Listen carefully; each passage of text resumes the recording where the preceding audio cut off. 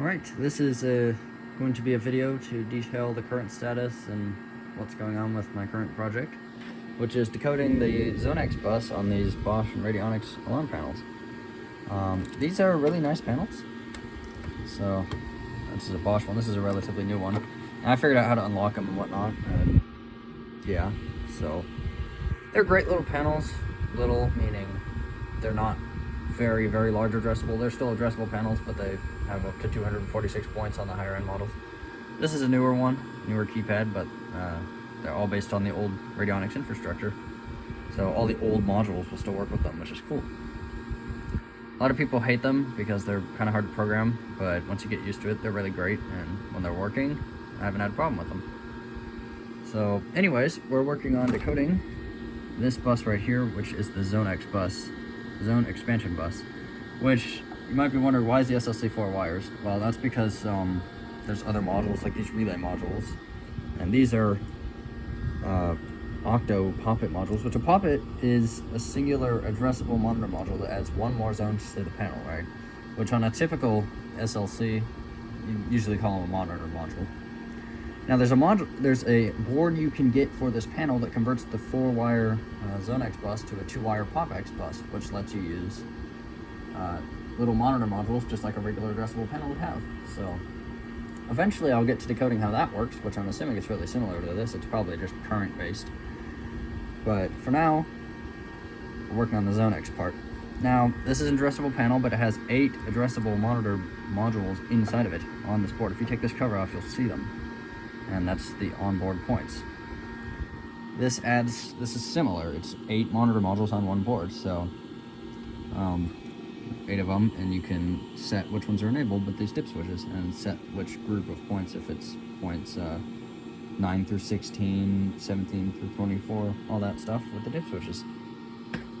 Now, the SLC, which Zonex is really what it's called, we're going to keep calling it that, drives both relay modules and pulls points, which is interesting because most SLCs can only do points. This one does both. The relays aren't supervised, but they just use the output. So the output is data from the panel at the modules, the input is data from the modules to the panel. Now the output is really a 3 voltage level output where it sends a clock signal and a data signal on the same line. I'm not going to go into how that works, but that's how these boards can input data. That's how you can send data out the SLC for relays at the same time as pulling points. So the relays don't send anything on the input, only the point boards do, which I'll show you in a moment. But for now, you got to understand how this works. What it's doing is, there's a shift register under here, and we're using a logic analyzer here. I'll show you in a moment. But how this works is they're using some form of counter IC sorcery that I haven't figured out yet to get this shift register to only be clocked when it needs to be, right? So they're offsetting it, and what it does is it just clocks out all the bits for all the shift registers, but this one's only responding to the ones that it needs to drive these 8 relays. So you set that with the dip switches over there. But we're using the logic analyzer, we're clocking off the clock input of the shift register and looking at the data.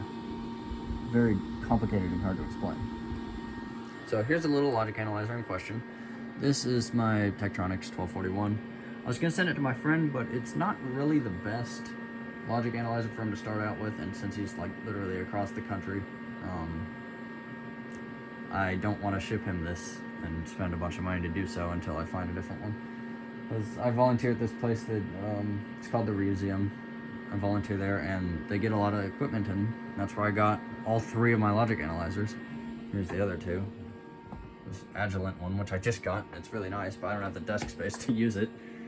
And there's the HP one I use normally. I'd be using it, except the inputs are 100 kilo ohm, which is too low of a resistance. It messes with my shift register, which is annoying because I'd much rather be using that one. But the Tektronix has 1 mega ohm inputs, so that's why we're using it. So that's that one. And effectively what we're doing here is a really complicated trigger. So if you look at this, we're waiting for 0 to occur 24 times. That's just waiting for that's the button popping out. Seriously need to clean these. It's waiting for the blank, like, the idle time of the bus, right? And then we're waiting for 1 to occur one time, then we trigger. So that's how that works. So if we look at our data, which, let me reset the panel actually, so that all the relays are reset. So if we start, and look, doing complicated trigger stuff, there's the start bit, which it doesn't correspond to a relay, it's just a start bit on the bus.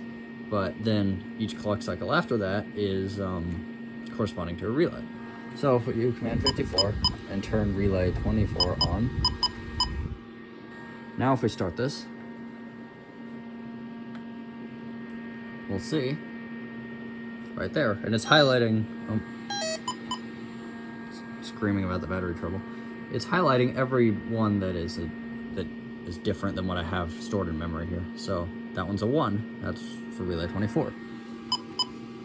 Same if we turn relay 24 off and turn on relay 23, or 3 rather, and we capture again, you'll see there's a 1 where relay 3 is. And the shift register responded to it, so the third output on the shift register is now high or whatever and turning on that relay. Here, click there. So that's how that relays work. But what we're really interested in is how the points work.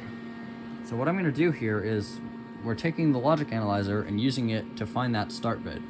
Then we run it in a continuous mode, and every time it triggers and sees that start bit, it outputs a pulse on a BNC, which triggers my HP scope. So this is really complicated. Channel 1 is looking at the input with its weird voltage level stuff that I haven't fully figured out how to monitor yet. I'd love to be able to just get a TTL output for a clock and a TTL output for data. That'd make this a lot easier, but I'll figure it out with ICs later. This is the input. So it's gonna make sense in a moment here. We're gonna put this in auto mode, and every time it triggers, you'll hear it buzz and capture. And it sends a pulse into the external trigger to synchronize the HP scope. So the whole idea is to get the scope in the right spot. That's the whole point of the logic analyzer and all that stuff. Because otherwise it's a serious pain to look at one section of the data here. Now, if we run a single capture, you'll see here's our clock signal, right? Just assume that no matter how high that is, now we're not caring about the multiple voltage levels because the point modules don't care about that. All we want to know is that if it goes, when there's a pulse, that's a clock signal, okay? So, this is with no points enabled. All the dip switches are down. It's continuously high, right? Now, when I say there's a 1, that means there's a pulse, okay? So really, it's going down. If we enable 0.1, it's gonna go into trouble, because if you look at this, it pulls every single point. Oh. 9 enter. It pulls every single point whether they're programmed or not. So it gets an extra point trouble if there's one that's there that isn't programmed, hence that point being turned on. Now, if we want to capture,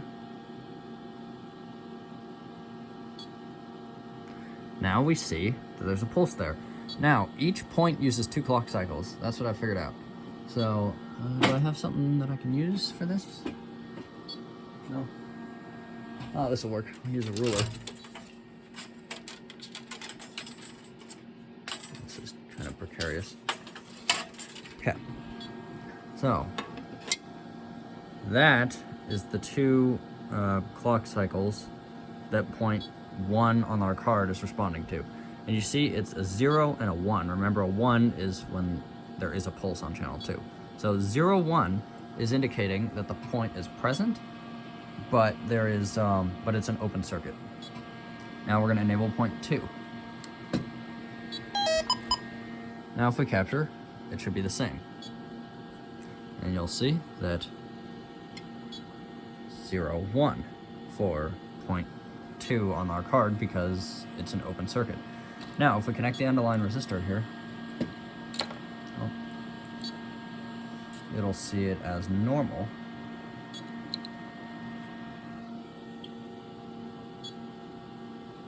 Now, if we look at it, that's 1 clock cycle, another clock cycle. Okay, Now it's 1, 0 is normal. And a short, you can probably guess what the one other state is going to be.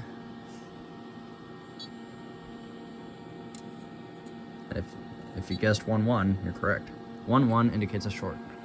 So it's really simple, honestly.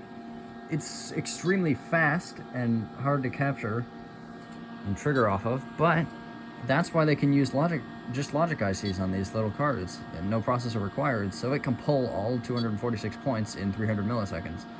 So it's really fast, and driving up to 128 relays on one bus, which is just great. Because what it's doing is it's driving the signal for driving the relays and pulling the points is at the same time. So this clock cycle, the voltage differences, which I'm not able to see on the scope right now, is also controlling the shift registers at the same time that it's checking what bits are being set by point modules. So it's really, honestly, the coolest signaling protocol I've seen. It's just super smart, but it's very hard to interface with without some ICs to start decoding this and interfacing with it. But eventually the idea is I'm going to want to make my own modules for these systems, but more importantly, make a piece of test equipment. Not necessarily it would look like this, but one that I can connect to this bus and just view what every point is responding as, and just simulate point statuses and stuff like that. And I think that would be a really useful tool for installers on site, because the panel will tell you like the status of each point, but it'd be really cool to be able to view it at a much faster update rate, and same with all the relays and whatnot.